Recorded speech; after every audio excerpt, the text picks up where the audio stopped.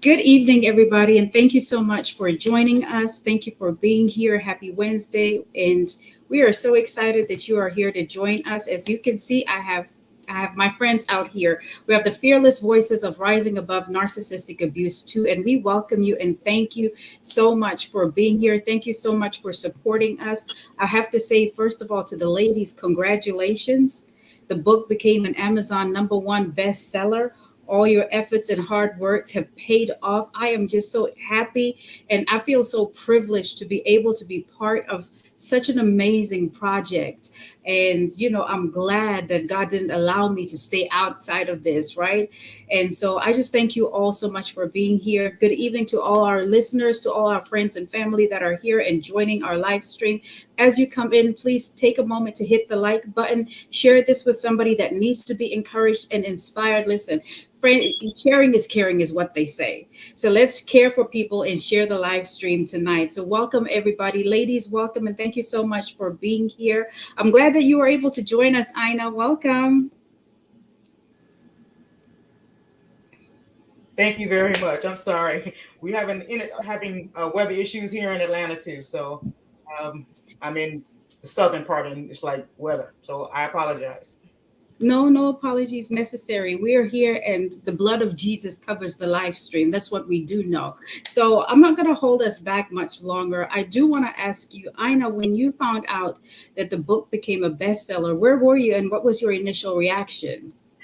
I was excited. Of course, I was up watching the statistics, and I was just ecstatic. What I'm proud of is how God showed out early.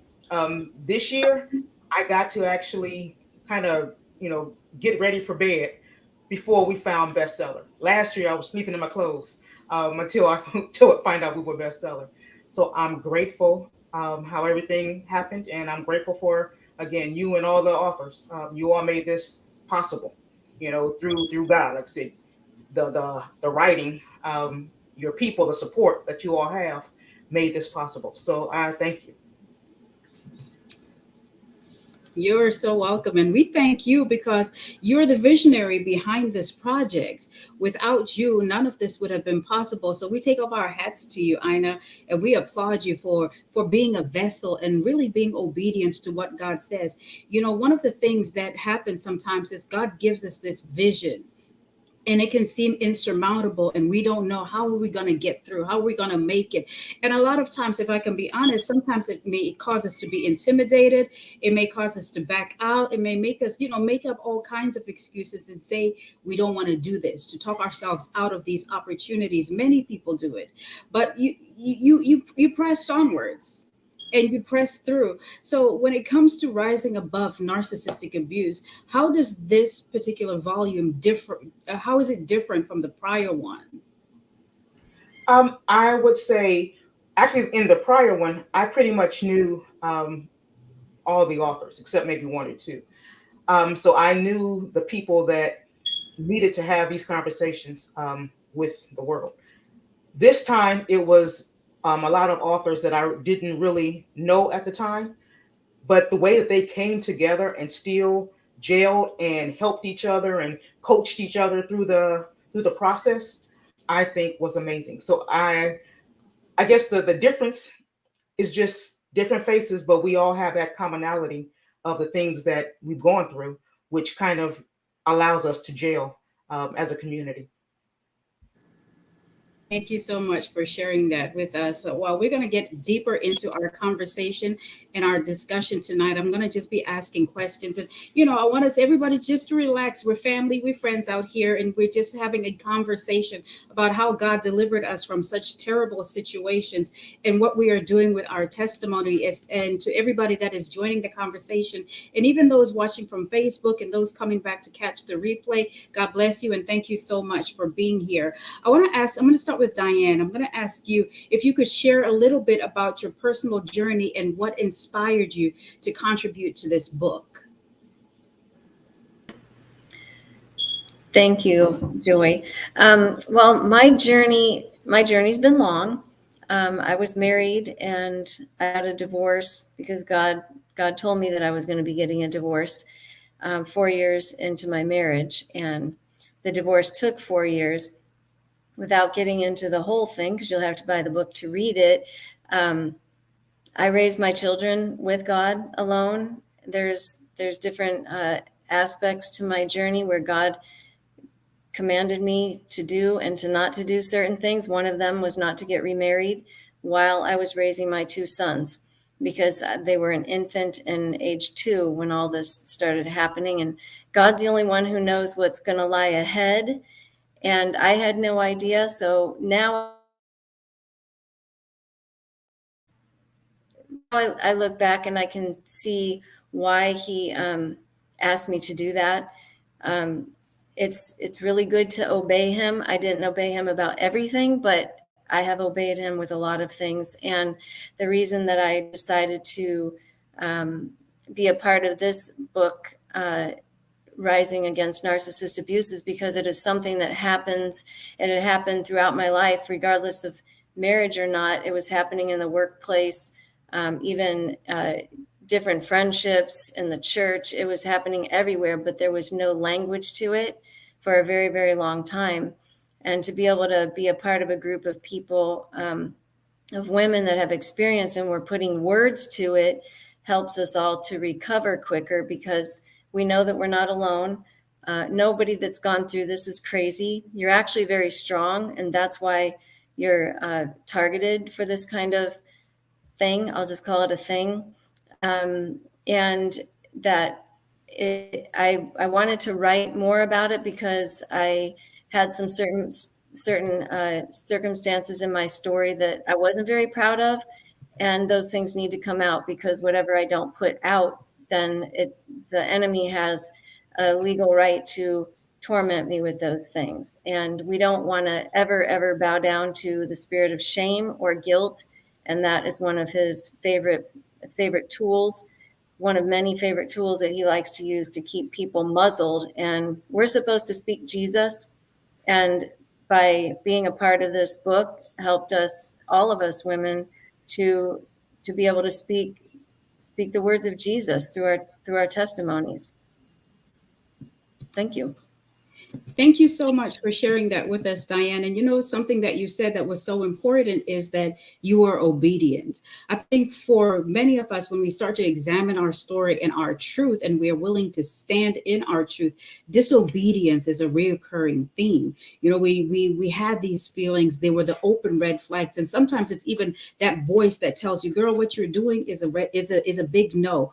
But then pride steps in, and we become so disobedient. But the Bible tells us that obedience is better than sacrifice. So, you know, it is great and it is honorable when we start to obey God, because sometimes we feel like, well, I can make a sacrifice in this way to God and that it will be okay, but it's always going to be wrong. So thank you so much for being willing to just be transparent and vulnerable, and just share that with, you know, with the readers, because one thing about being open and honest with your story, number one, you have to own it. You know, I think sometimes we also don't realize that in owning our story, we're shedding layers. There's a revealing, there's a cleansing, there's healing in this. And so it is so important that, you know, we are honest with ourselves. But I want to jump into the next question, and this one's for you, LaCandice. I'm looking forward to your answer. What are some of the biggest challenges you face when overcoming narcissistic abuse? Some of the biggest challenge I face when going through narcissistic abuse, I would say accepting that it was abused. For one, like being able to identify that something was wrong. Also, I would say believing that I was better than what was happening to me. A lot of times I believe that our people, for people, period, I'm not going to say our people, period, are not really taught how to love themselves genuinely. So one of the challenges was to love me more than the abuse, to accept that this was happening to me and it wasn't okay. And also being able to move forward. When you're conditioned to a certain thing for so long, and it, like I think I said this in our last interview, it becomes your norm. It's like, you embed in that thing, you become one with it, and it becomes your life. So the challenge definitely would be me being set apart, me breaking free from it was the toughest thing for me. And just accepting that I was better than my circumstances. You so much for sharing that. Yes, that, something about being set apart. Sometimes we think that, because we're set apart, things may be easy, and it can look, and it's deceiving, because a lot of times people believe that when you come into Christ, your life is going to be easier.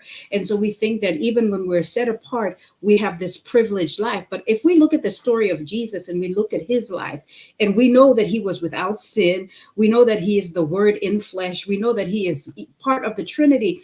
His life wasn't easy.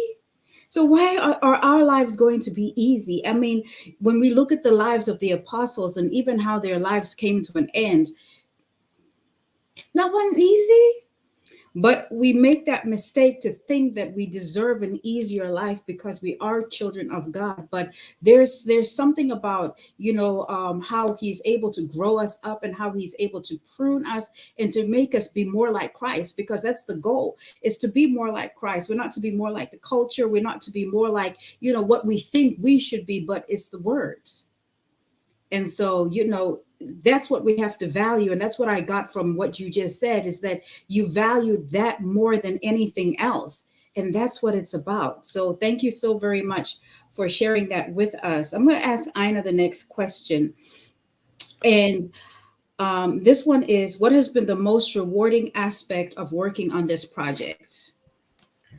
This project, in all honesty, and the other one as well, the idea of seeing women go from a very insecure, I can't do this, I'm having all kind of the demonic attacks, I'm having all this stuff, I can't do it anymore. And then by the time they get done, by the time they get to the end, the confidence, the self-assurance, the joy, again, it is such a difference from the scared person that starts out to the confident woman that becomes the best-selling author. I love that process. I love finding, helping them find who they are again. Not who the toxic person says they were, but who God says they are. So I love that process, from going from pain to purpose. That's why I do these books. That's why God has me do these books, because so many women don't see, when they're in their pain, all they see is that pain. They don't see women that go from pain to purpose. So that's what I love, the process. You know what, Ina? That's got to be such a privileged position to be able to see what God can do. See the person in the beginning, and you see the fear, the anxiety, the nervousness. Can I do it? You really think I can write a book, I can be part of something bigger than myself. And then we see the beauty of the transformation. It's like that, that caterpillar becoming a butterfly, and you see the metamorphosis of a woman of God, a woman that has risen up and said, I'm not going to be defined by this anymore. And I think that's such a privilege that, God allows us to be part of it, where now he takes the mess. Because listen, when we're honest with ourselves, it was a mess. It was a mess, but now we see the message, and the message is deliverance, and it's healing, and it's hope, and it gives somebody else a vision for their own lives. It's never for us. But what I believe is that, each chapter, each woman is connected to a woman, and that other woman is connected to other women, and it becomes a cascading effect. And so it's just beautiful to see the work of an all-powerful God to those that will be submissive to him and are ready to just be a vessel and allow him to pour into them so that they can pour out. So I can't imagine. That's a beautiful process. Thank you so much for sharing that with us. Welcome. Can I say something else also? Yeah, sure. Just the idea that process happens so fast, because you all know you started writing in what, March?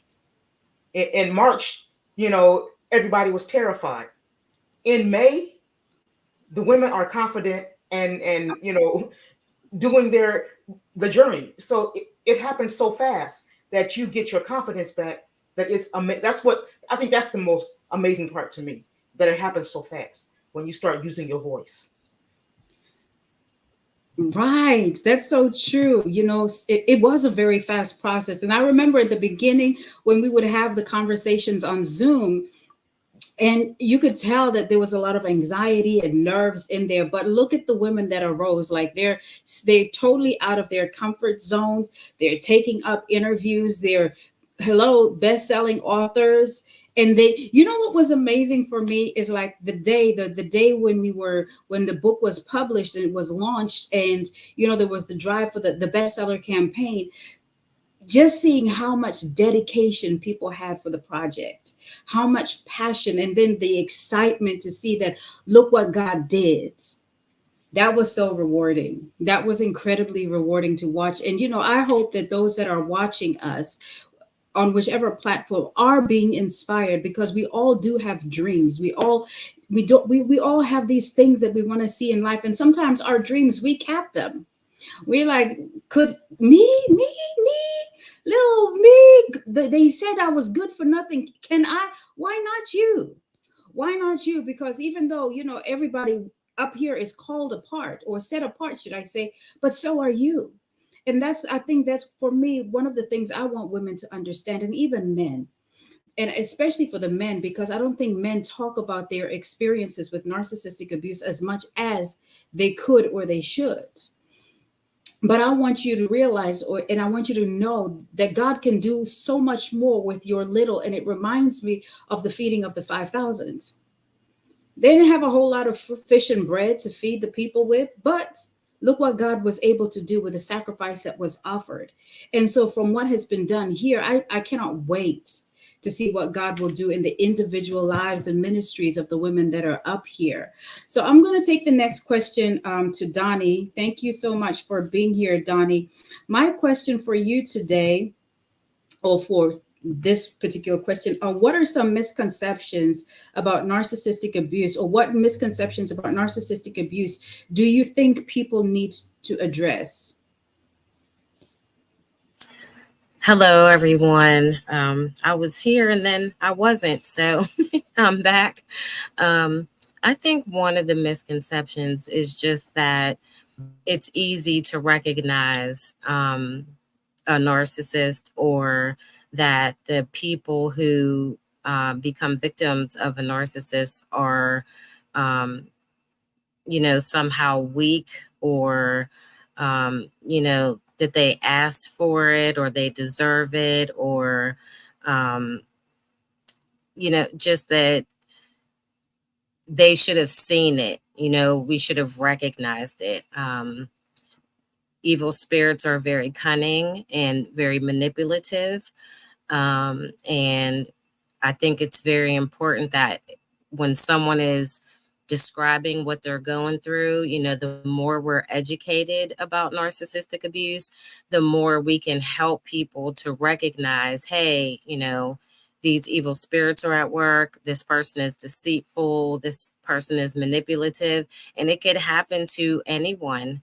I think that's one of the biggest misconceptions. Like, you should have recognized it, or you should have seen it. But the love bombing, this person just putting on a mask and showing the world that they are just an average everyday person that is not abusive, is what the devil specializes in. And so we have to be discerning, and we have to realize that it's not always recognizable. Thank you so much. You're welcome. And I think that's a question I would like the other ladies to answer, and I'll just repeat the question again. Give me 1 second. Let me bring it back up. But hold up. Where is it again? What misconceptions about narcissistic abuse do you think need to be addressed? So anybody, ladies, feel free to answer this question.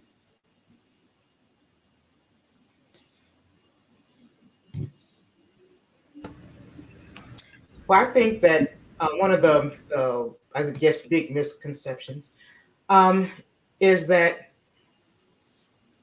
they show it, like I said, like I guess Donnie was saying, they're if they're abusive in public, they automatically should be abusive I mean, abusive in private, they should be abusive in public.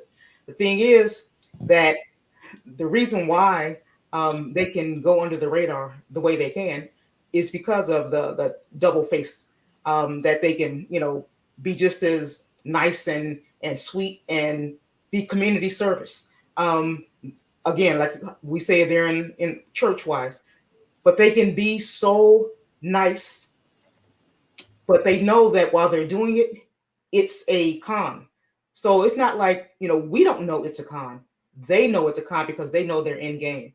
When they create relationships with someone, they create relationships for an end game. The person does not know what that end game is, but the narcissistic person knows what that end game is. So they can be there, they can be with you and nice and sweet for years until, again, there's a connection that, something that holds you to that situation, like we were saying before, pregnancy, marriage, something. But they can be nice for years, but once that, whatever that thing is that bonds you to them, then they flip the switch because there's no need for them to continue playing nice anymore. So people don't see it because all they see what the narcissist wants them to see, period. And that's basically it. And that's so true, right? When people only, and the narcissist curates the environment and the culture of the relationship to reflect what they want to see. And it reminds me about this Diddy and Cassie situation, right? I saw this comment today where somebody was saying, well, Cassie, she was 17, she was almost an adult when they first met or whatever, and she should have known better because Diddy's information was always out there. And and I'm like thinking, and this woman was saying that, oh, I'm a DV survivor. And so, you should know better when you see these things. But these are the misconceptions that are really out there that, narcissists, they're predators. They target people that they know, I can run this particular game on, I can manipulate them like this. And it actually gives them a thrill. It gives them a high, because they go after somebody that they know that, what, if I tear this one down, I have these gains. And I mean like spiritual gains, because essentially they feed demons, and the emotions that we display in the relationship, demons feed off energy. So they take those emotions and they run with it, right? So nobody gets into a relationship with a narcissist, sociopath, or psychopath willingly, because if they walked around with the letter A on their head, we would all know. And nobody would get into that. And I think, some people are so cruel with the way that they, blame victims of abuse. And I think the tragedy in that is it makes victims reflect inward and say, what, maybe there is a problem with me. And so, for me, the one thing that I would want people to know about narcissistic abuse is it's insidious. And I know we use that word a lot, but it's really insidious, and it's calculated, and it's targeted to destroy the soul and the spirit of a person. And that's a different kind of hurt. That's a type of kind of hurt where you don't just get over it, because you literally have to rebuild your life at a foundational level afterwards. So I'm going to throw this back out to the other ladies, Diane or LaCandice, to see if you want to answer this one. Just repeat it for me one more time so I get it in my head. Yeah. What are some of the misconceptions about narcissistic abuse do you wish people knew? I think that, there's so many things. There's so many things. But if I were to have to sum it up, it's, when you meet somebody for the first time, or it doesn't even have to be romantic. Let's say you went on an interview for a job. Everybody's putting their best face forward, and it really is a face. So once the narcissist is done luring you in, and then you get married, they feel that they've captured you now, and the hunt is off. They like the hunt. They're hunters, right? Because they have those demons inside of them, and they hunt, and they like to trap people, and they like to put them in snares. I kind of always look at it like the Wizard of Oz. You've got the little man behind the curtain, but he's got a big, powerful, mean, cruel voice, and doesn't want to hand anybody out the gifts until Toto pulls back the curtain and you see that he's really a wimp. And that's really what it is. But when you're a person, you're giving that person your love, your loyalty, your attention, your time. You're investing in them from your heart, where they are never investing from their heart, but you don't know that in the beginning. And that's where that cognitive dissonance comes in, where you believe, because you're doing it from your heart, you believe that everything they say in the beginning is from their heart. And then that's what that cycle is. It keeps you drawn towards trying to get back to that place, which, where they were being kind or it was fake. But you can never get there. And that's the spiritual soul tie. It becomes a soul tie. And so it giving you the right language when you go to counseling, therapy, or wherever you go, there's no language for it. You just continue to keep trying to readjust yourself. And that's what people don't know. The more you adjust yourself to make them calm down or stop doing a certain thing, it makes it worse. But you don't know that, because two healthy people would be able to have good communication about it, and that's just not the case.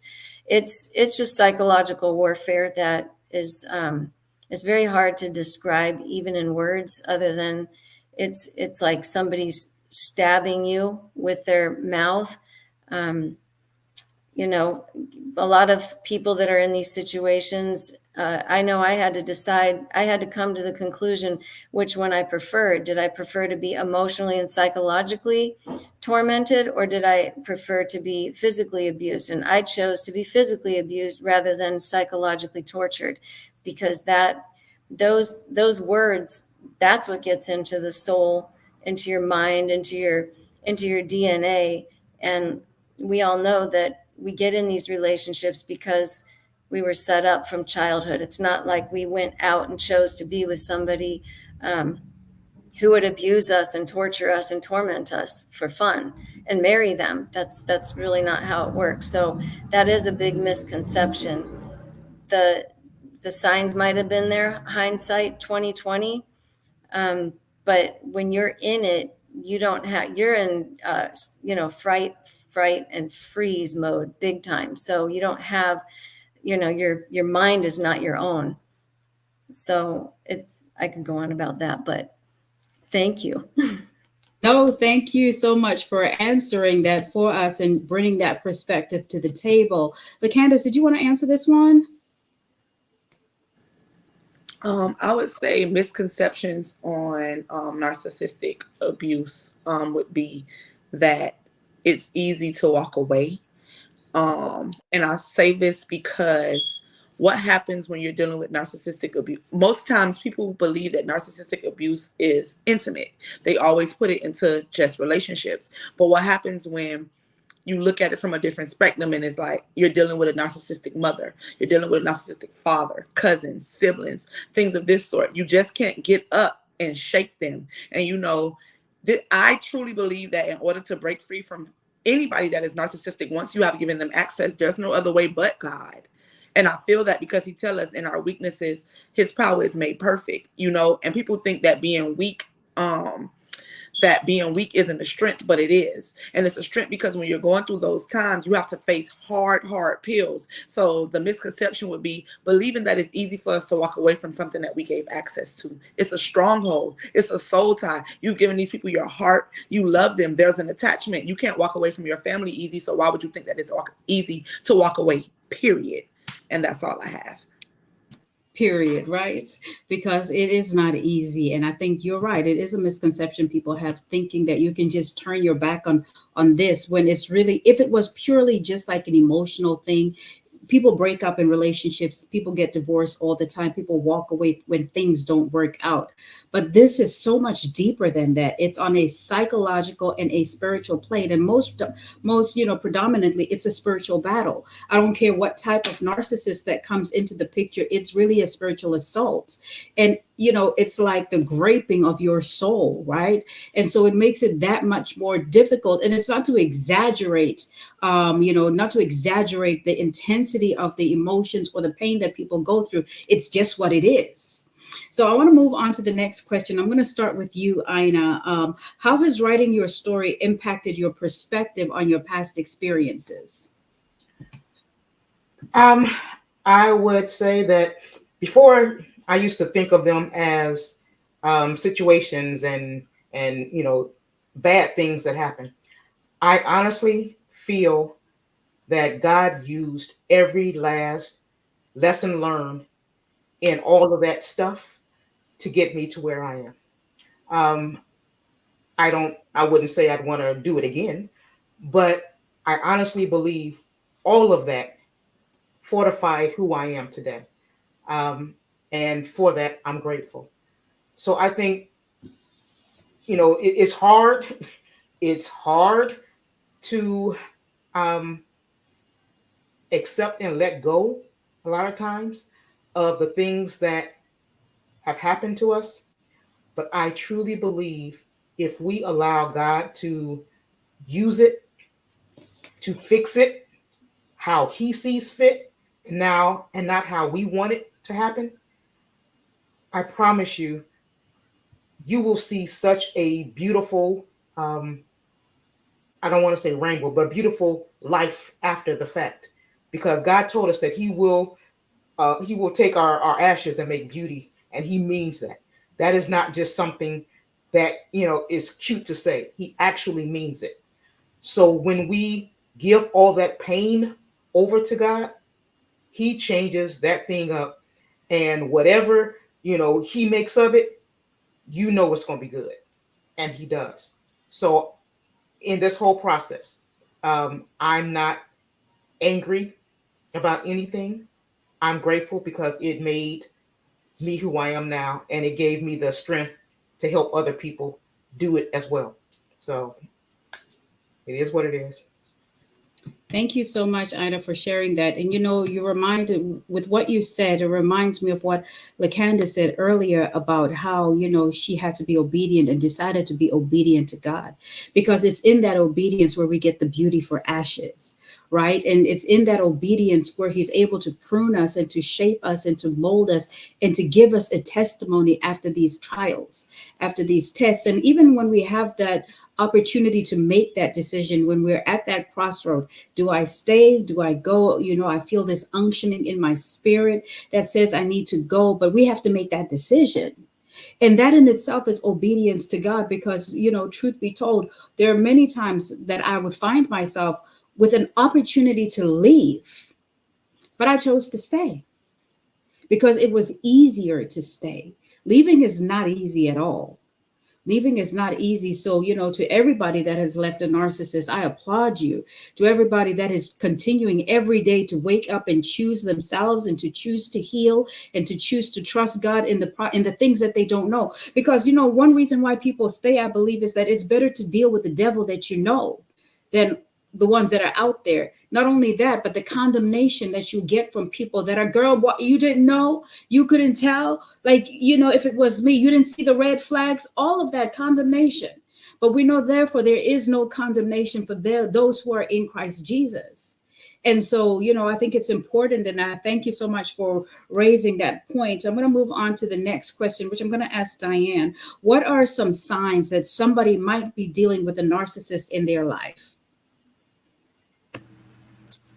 Signs that someone's dealing with a narcissist would be if you're in any way trying to change yourself and change who you are, if you're starting to reduce yourself, make yourself smaller so that the narcissist can feel okay, skirting around conversations, trying to figure out the right words to say, it starts there. Any time that you feel uncomfortable or sick when they're not in your presence, and then when they come back in your presence, you feel like, okay, now I'm okay. That's the beginning of the soul tie, because when they pour the love bombing on, meaning they're just only, it's too good to be true. If it's too good to be true, it's too good to be true. They will even know what you're thinking. They're spiritual. They listen to the devil. They have a different father. If you're a Christian, they're going to say things to you and you're going to wonder, how did they know that? because there's an enemy that knows about your past. And so they'll be able to say things that you think, oh my gosh, we really are bonded. If they move too fast, moving too fast and talking about, marriage when you just met them an hour ago or a week ago, having children, they'll have your whole future, outlined for you and what you're going to do, and tell you even that you don't have to work, which that's not even what God is. God has a whole destiny for you. So anything that's going too quickly, all of the love bombing, the future faking, they call it, and just if you ever feel that you're not able to be 100% your full authentic self around them, then you need to take a step back and assess, the pros and cons of what is going on. Thank you. Oh, thank you so much for breaking it down like that. It's true. Like narcissists will make you needy. They overwhelm you with their presence, and they monopolize your time and your energy. That when they pull back, sometimes you feel like I'm lost without this person, but you were living just fine before they came. And guess what, yo? You're going to live just fine once they go. You're going to live better. You're going to sleep more peacefully. You're going to have more joy. Things that were like your peace that come up short when you're with a narcissist, those are all restored. The only thing that you lose when a narcissist is no longer in your life is the dead weight. And it makes life so much easier that you're not lugging around that burden that weighs you down, that gets you to keep them, as a God in your life. And as you were speaking, you say like you needed their presence, right? It's almost like, and it speaks to the idolatry that comes from these types of relationships, because even when they're there and when they come back, now you go into a submissive or a subjected position and are now in a posture of worship to this pagan god. And that's all it is. So I'm going to go ahead and ask LaCandice this question. How has your experience with narcissistic abuse changed your view on relationships?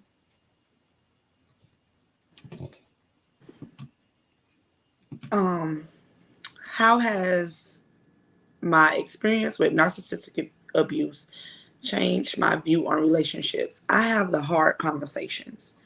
I have the hard conversations. Before I didn't have hard conversations because I was also looking for a love. I was looking for a certain attention. So I received what I was looking from the wrong people. But now that I'm healed and whole, thank you to Christ, I have hard conversations. I have hard conversations. I ask hard questions. I need to know your background. I need to know, what do you think about different situations? How do you handle certain situations? Why do you think this way? Why do you think it's right? Why do you think it's wrong? And I do these things because these things is going to let me know if this is even something that I want to indulge in. Are you the person for me? Shall we even be going forward? Because I can't put myself in the same repeated cycle again. So I have conversations that I didn't have before. Thank you. You're welcome, and thank you so much for answering that question.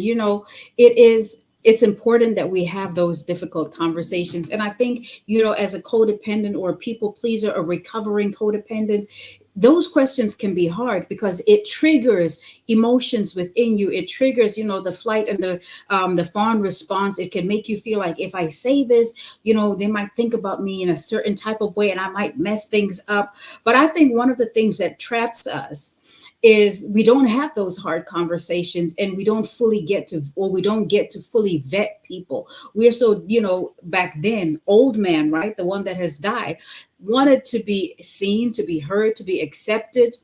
And so you just kind of go along to get along. At least that was my story. It never had the hard conversations, but now this time we're examining the fruits. And I think there's something about not, paying attention to the patterns of a person, because, narcissists so deceptive.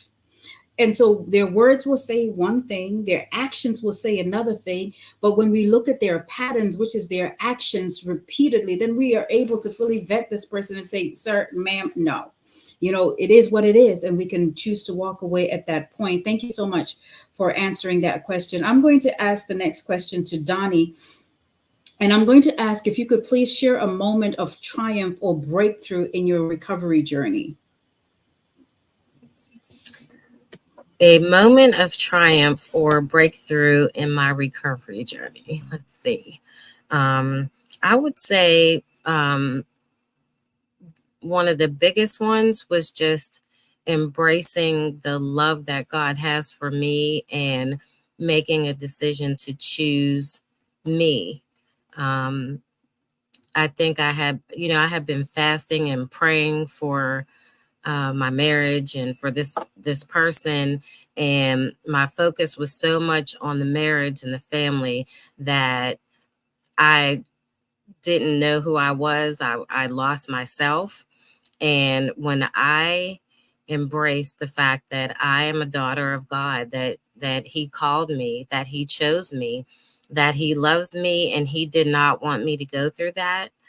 Um, and that I wasn't obligated. I think I was encouraged to stay and pray, and I was encouraged to basically be a martyr for this other person, to pray for them and fast for them so they could live, but I was losing myself. So for me in my recovery, one of the greatest triumphs was just embracing that I'm a child of God. He didn't call me to be a martyr. He called me to be his child and to spread his love and his word in the earth. And that set me free from that bondage. Thank you so much for sharing that with us. God bless you. Thank you so much for that. And that's important and it needs to be heard. But I want to move to you, Ina. And I want to ask you, how do you deal with the stigma or judgment that can come when you share your story? I don't think before I really cared a lot about what people say. Um, I'm a stickler for rules and regulations because military. So me saying this is right. Um, so as far as yes, it you're kind of fearful of it, I guess. Um, but I'm going to stand on right. God, I got a whooping when I was in that situation, and I knew things, and I heard things, and I didn't say anything. I got a whooping, really bad. That's why all of this for me came about because I couldn't stay silent, knowing what I knew about this person, the things that was said, the things that he was doing, and not say anything anymore.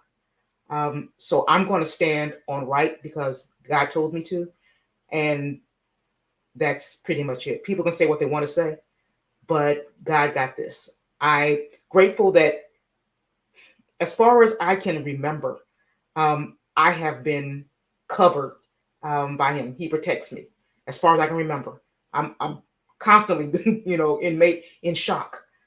Something that was meant to hit me or knock me out, but He covered me literally. So I don't even care about that stuff. I know that if God tells me to do it, I'm going to do it. So that's it. Thank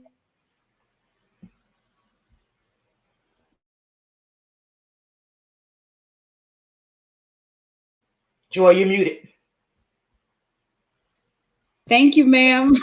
I'm having a whole conversation by myself. But like for real, people can be very judgmental, but I think there's something that comes, there is a power and also there is growth that comes within our spiritual growth and development that comes when we are giving our testimony, because I believe that during the process of writing and just being vulnerable, even if it's through speaking, where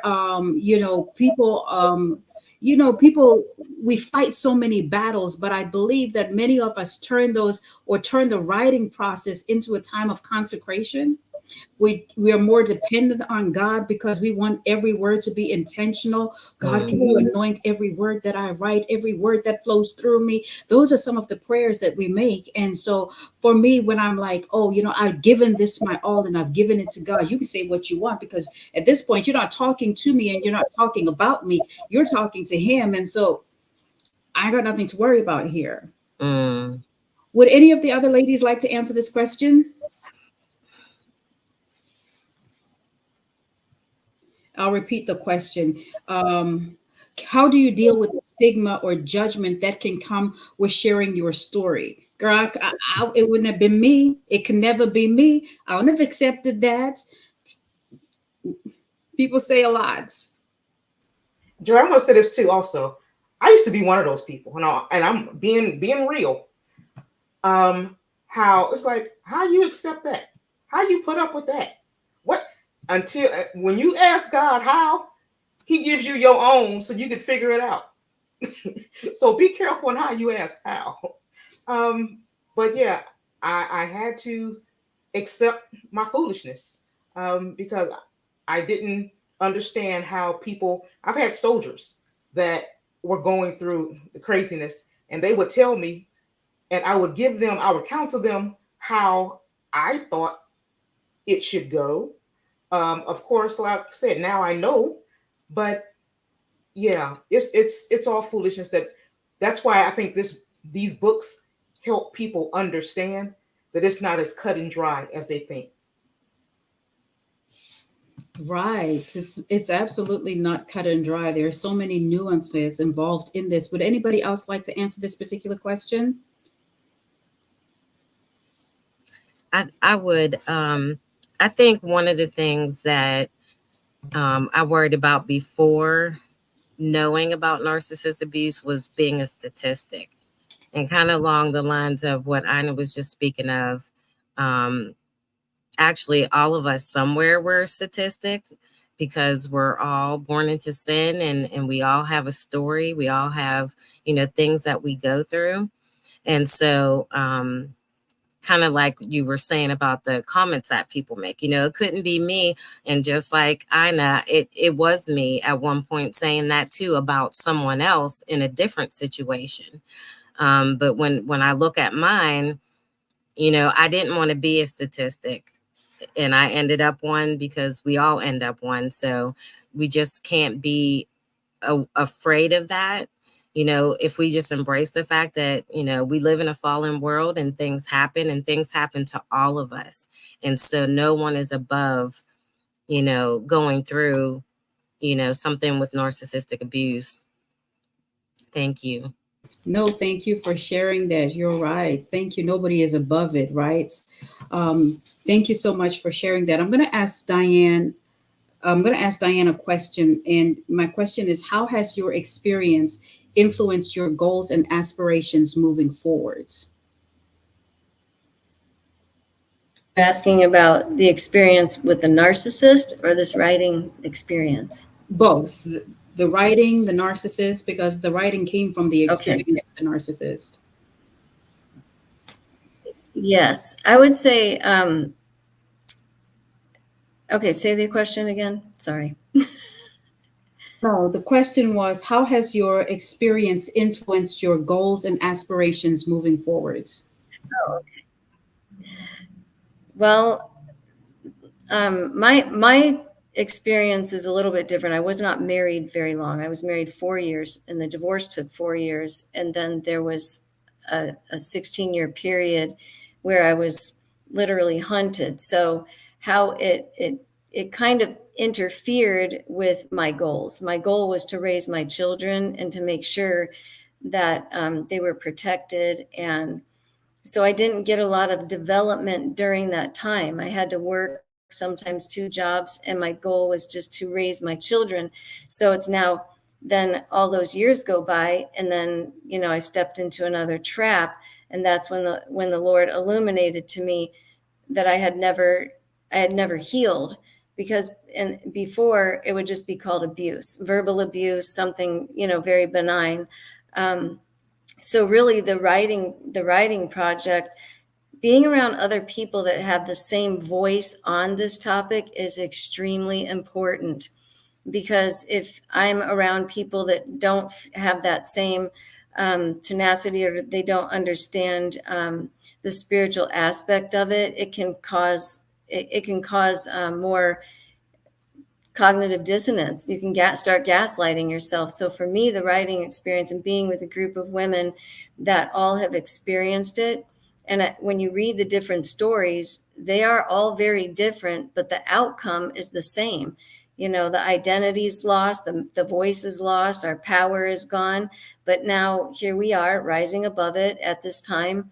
And I think that, so now I can have new goals. I mean, I'm going on a cruise this summer. I'm doing things that I have not done. And a lot of it is when you're in a war, God is fighting it and he's with you every step of the way. But there are times that, you're kind of, I don't want to say on the back burner, but if you don't have an understanding, and you don't, knowledge is the beginning of everything for us. If we don't have that knowledge of what's happening, then we kind of are surviving. So now I've overcome by the blood of the Lamb and the word of my testimony. And so now you can really do anything.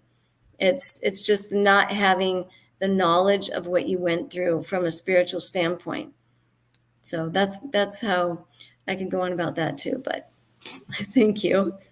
Thank you so much for sharing it. I'm going to move right into our next question. And this question is for you, LaCandice, and it's simply, what message do you have for other survivors who are struggling to find their voice? Speak up. It ain't easy, but it's possible. You're not alone.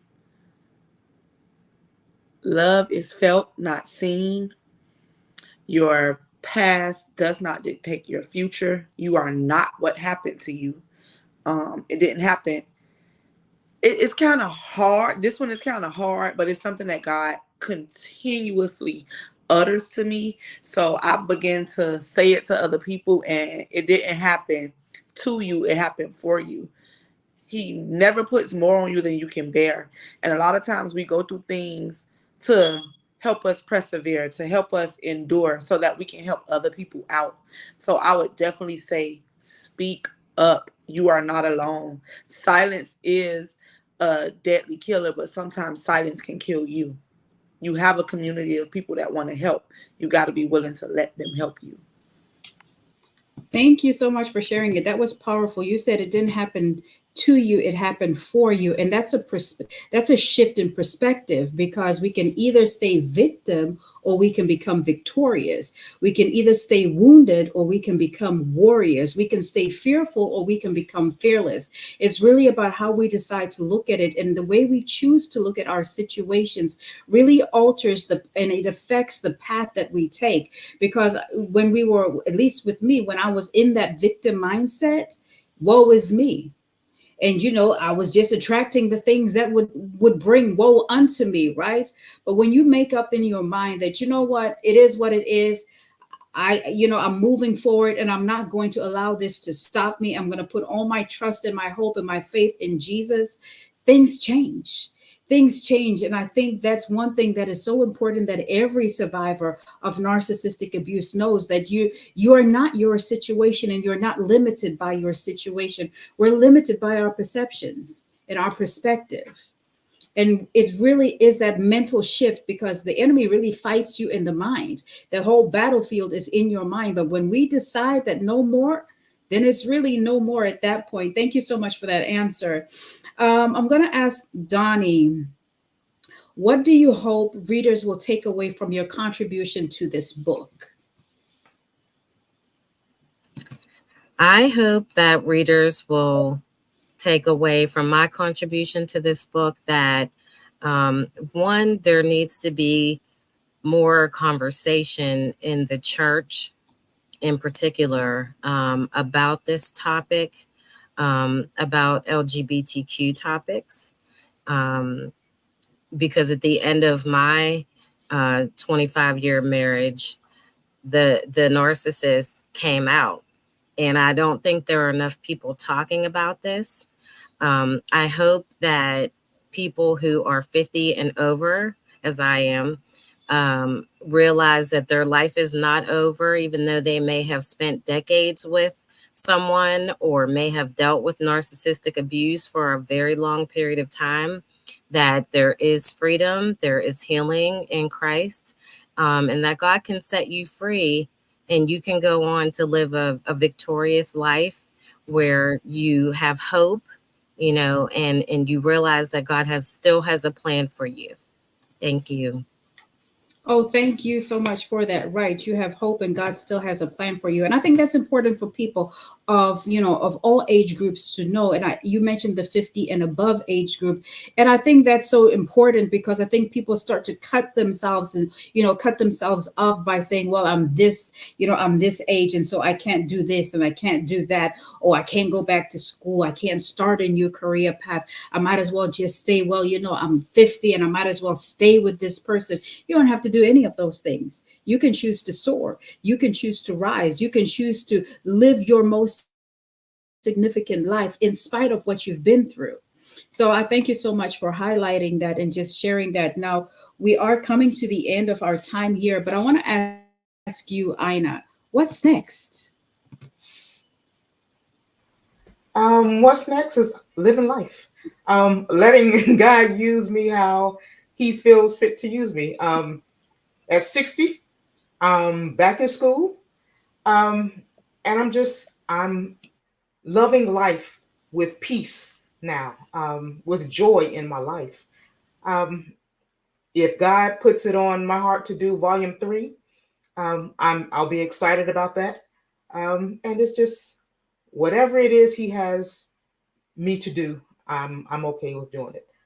Traveling, enjoying life. I can't say enjoying life enough because when uh, because like I said, with Donnie was saying being 50, you think that at a certain age, when if you leave, then your life is over. My life actually started again. It was over when I got in that situation.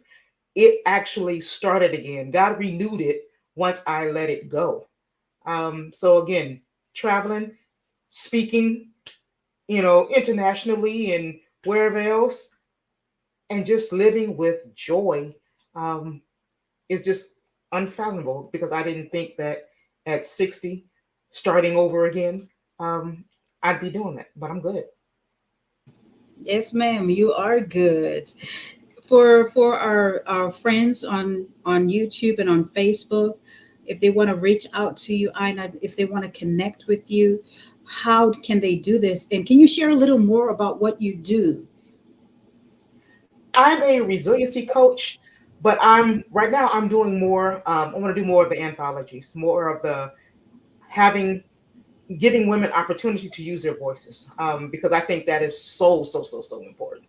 Um, like I explained before, how the process of the writers that I've dealt with, going from the fear to the confidence, just that pain to purpose transition. So I want to be able to do more of that, because I think it's needed. I truly believe it's needed. I believe that when people start seeing more and more women that aren't still stuck in that stuck position, still stuck in the freeze position, you're living life now after you see that life can be beautiful after the traumatic situation.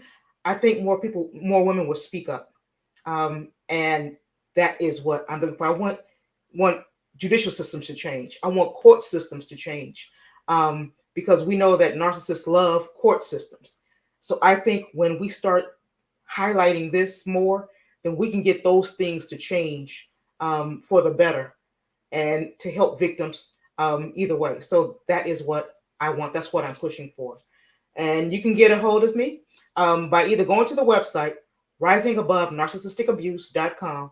There you can actually meet all the authors and see everybody there, or connect with me on social media, When She Rise One. So I thank you, Joy, for this. I thank, like I said, the other co-authors, and I'm so grateful that people see this anthology as, um, something that they need. Like I said, the last one we had, um, domestic violence shelters using the anthology. I pray that more domestic violence shelters use this anthology to help women understand the vocabulary and learn what it is that they're going through, so that they can move from the pain to purpose. Thank you, Joy. Amen. That's so wonderful that and this is a message for everybody that you don't know who your story can help. She said that domestic violence shelters are using volume 1, and I think what makes it so powerful is the stories. When people really stand on their square and they begin to just be vulnerable, begin to share what they've been through, what they've overcome. There are so many themes within narcissistic abuse, in the grooming from childhood to where we find ourselves before we exit that, and life afterwards, that people in those situations are able to see themselves. And so this is the power of sharing your story. Who would have thought? And who knows where this would go? And so it's so amazing to see how God is working and how he is moving.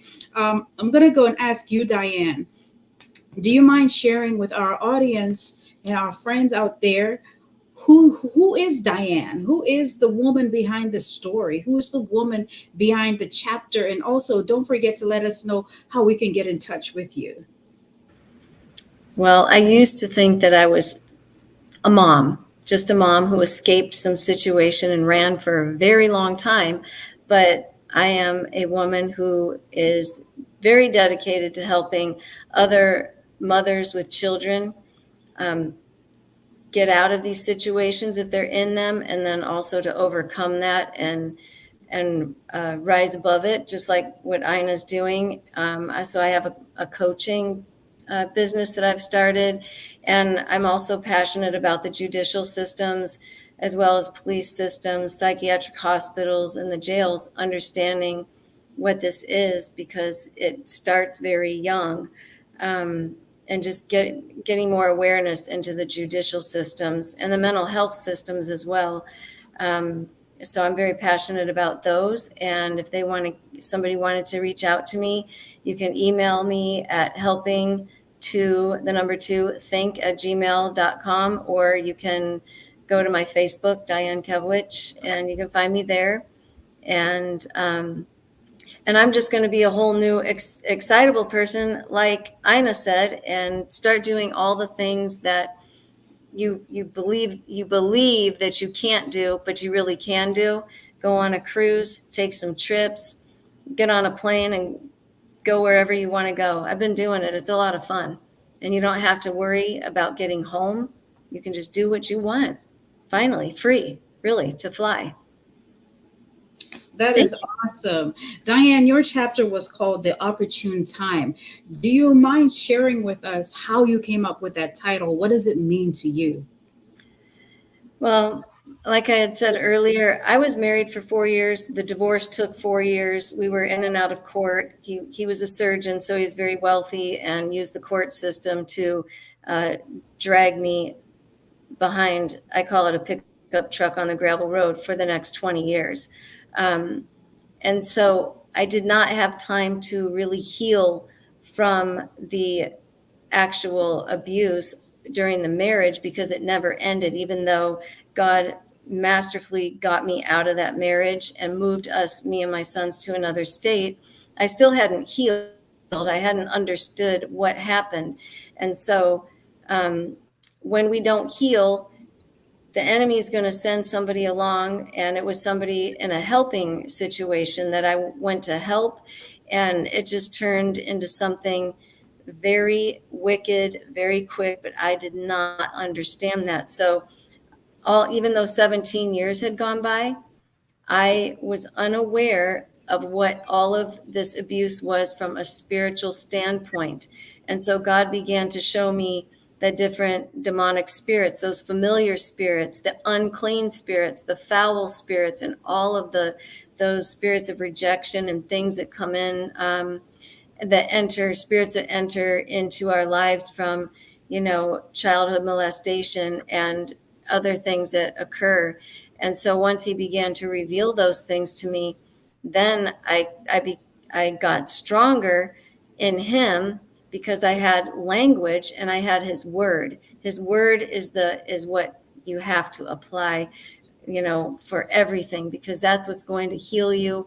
And then when he opens it up to you, and you just really see what you stepped in, the the opportune time is that the devil will lie in wait, and he will wait a very long time. It was 17 years.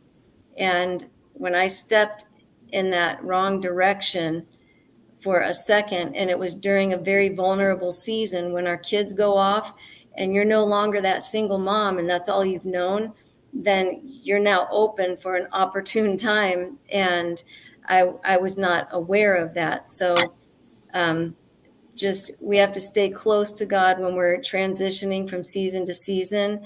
And especially during your healing process, you have to stay armored up continuously. Thank you. Thank you so much for sharing that with us, Diane. That was so powerful. LaCandice, I'm going to ask you next. Your chapter was actually entitled "Love is Felt and Not Seen," and that's such a powerful statement all by itself.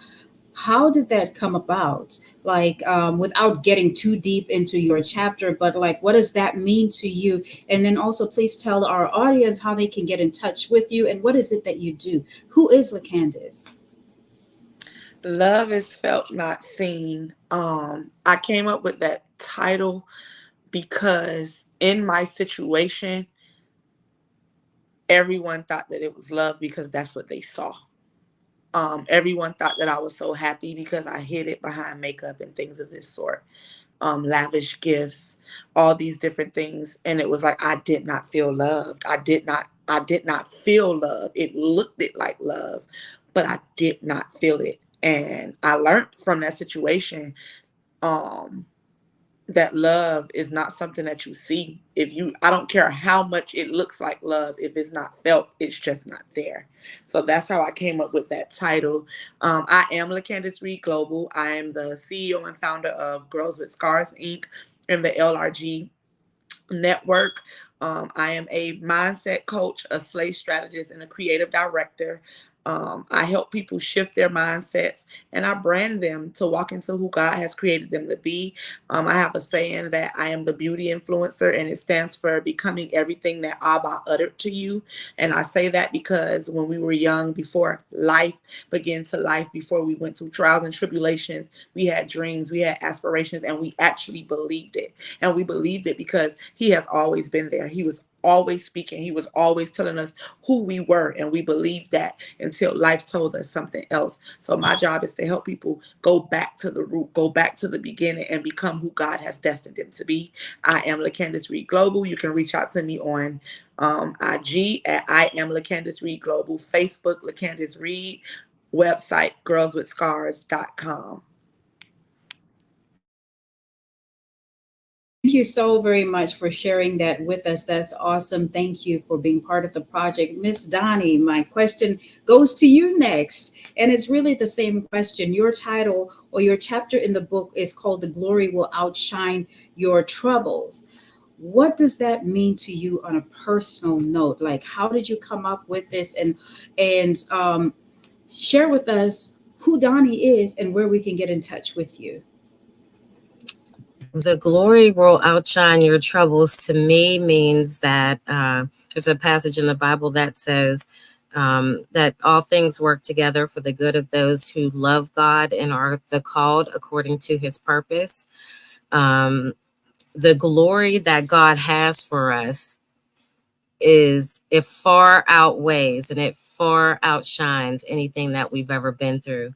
You know, the devil wants us to look backward and say, those were my best days and what's ahead of me, and for us to worry and be fearful.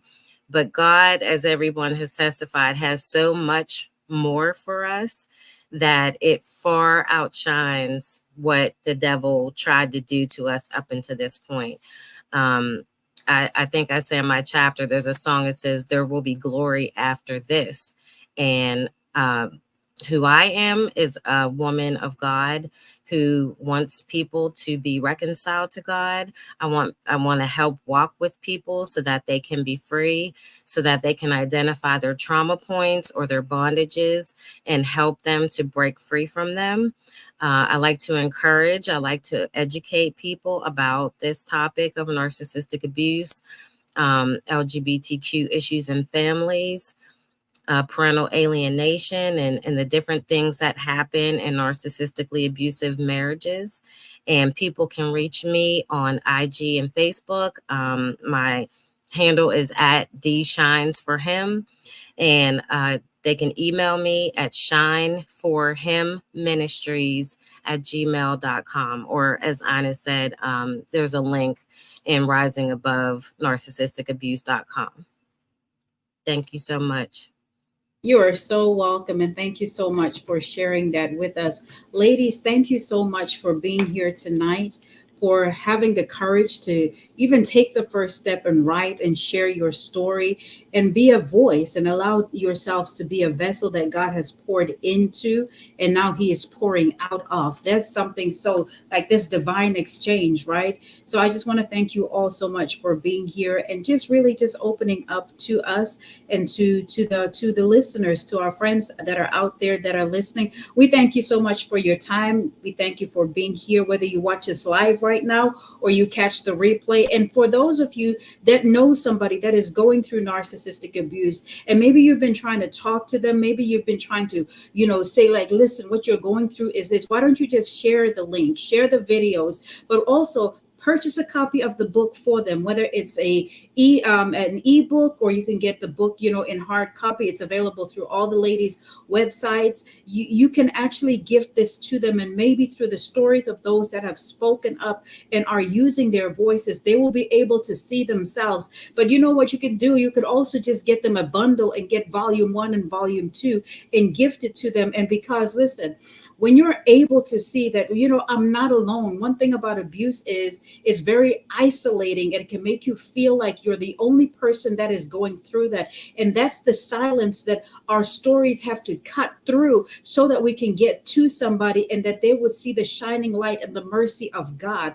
And another thing that I feel like these stories and these testimonies that come forth, this is how we also win souls for the kingdom of God. Not everybody that will pick up the book is a believer. But when they pick up the book and they see the common theme that, oh, they said God did this. They said, well, who is this God? And we don't know. It's just a seed that has been sown, and God is going to do what He is going to do with them. So we thank you for your support. We thank you for being part of the project. We thank you for going out and buying the books and sharing the posts and resharing the posts, and for just your consistency and your presence as we try to be a light in the darkness for so many people. And thank you also for showing up for yourselves, because it's one thing to, just be in the backgrounds or in the corners and say, you know what, I'm not going to heal. But everybody that is connected to us has made the decision to heal. And that's the first step. When you acknowledge that there's a problem, and I'm going to seek out the solutions. And I would say to you, continue to honor yourself. Don't allow yourself to stay on that hard, cold floor of defeat. You know that you can rise, and you can rise stronger. Greater is He who is in you than he who is in the world. You have to remember that no weapon formed against you has the power to prosper. It has power, but it doesn't have the authority to prosper over you. So remember, child of God, we don't wage war for victory, but we wage war from a position of triumph. And so with that, we're going to leave you tonight. Thank you so very much for being here, ladies. God bless you all, and have a fantastic evening. Good night.